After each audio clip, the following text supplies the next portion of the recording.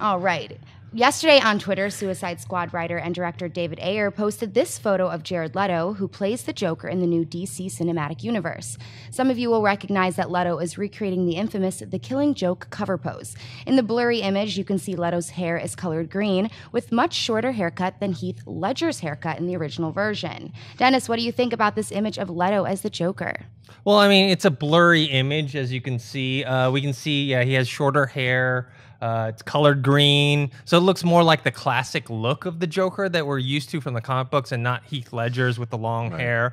I'm more interested in what it implies in terms of, okay, if this is a reference to The Killing Joke and that Joker, is that the type of tone that they want for the Joker in the new DC cinematic universe? Because if you guys have read The Killing Joke, that Joker is even more diabolical and crazy than the one that we saw Heath Ledger do. I mean, he does kind of some unspeakable things in that story. So is David Ayer saying that's the type of Joker that we're going to get? And I'm not sure. Is this just a homage, or is he really indicating something? Christian, what do you think? I think that it's not an homage, because I think that it's definitely respect, because this is one of the most popular comic angles of all time when it comes to the Joker. And didn't Nolan take bits and pieces for Heath Ledger for that one? I mean, I know it would not all to the extreme, but I think that this is going to be that Joker on steroids. I think that you have to, and even there was a clip going around of Jared Leto singing on stage, and he dropped into this kind of what we think might be the Joker voice,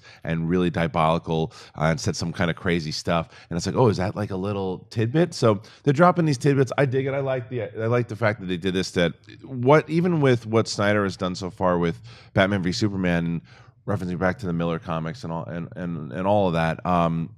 It seems like they really want to give the fans what the fans really enjoyed about the original series.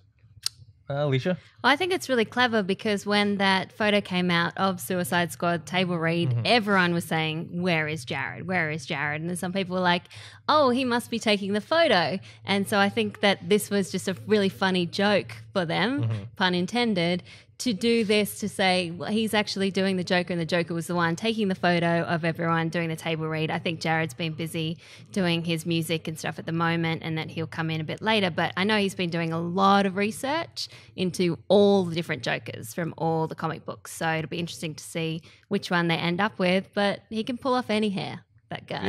Yeah. Even green. And we still don't know what role Joker plays in the Suicide Squad. We don't know.